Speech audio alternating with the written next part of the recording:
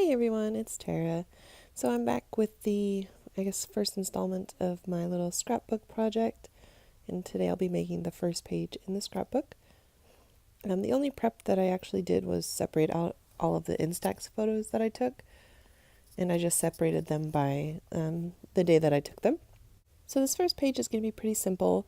I'm using a little tourist book that my brother got, and it has a map of Fredericton, so I'm just using a full-size page protector, and I'm going to put the map on one side and then do a little something or other on the other side.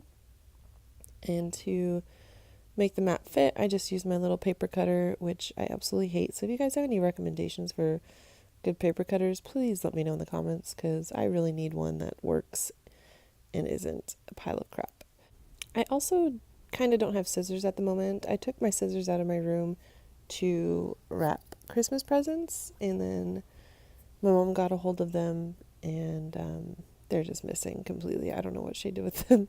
So I'm using my paper cutter and an X-Acto knife, and maybe someday I'll search for my scissors, but we'll see.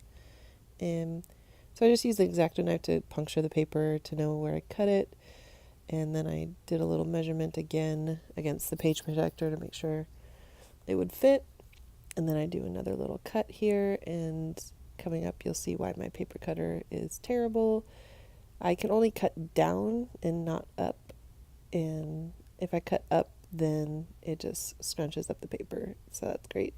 And you'll notice that the little cutter falls off every single time I lift the little plastic piece on to put paper underneath.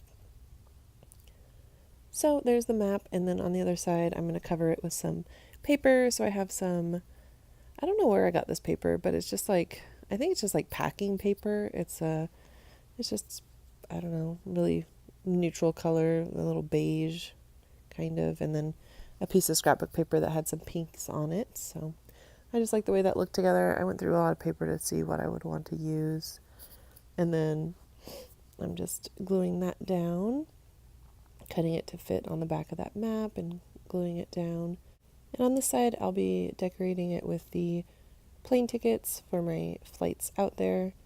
I always have to take 2 flights since Fredericton doesn't have an airport.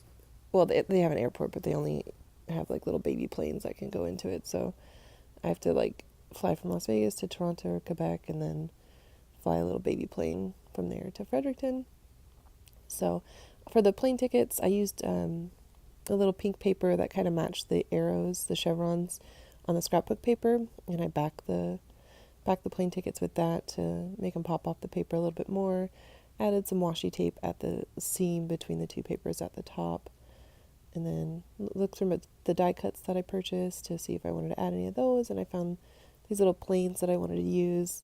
And then I'm going to use the alphabet stickers that I actually purchased in Canada, I think the first or second time I went out there. They have some like pink lines to them, so I thought they matched the scrapbook paper pretty decently. And then I just wrote out the airport codes, so LAS and YFC. Then I have a little black arrow sticker, which I also got in Canada, Dollarama for the win. They have some great little supplies there, I swear to God. I ended up just using one of the plain die cuts that I picked out, and I'm just gluing that to the top of the page. I tried to incorporate the gray one, but I didn't really like the way it looked with the colors I already had, so I just went with the black.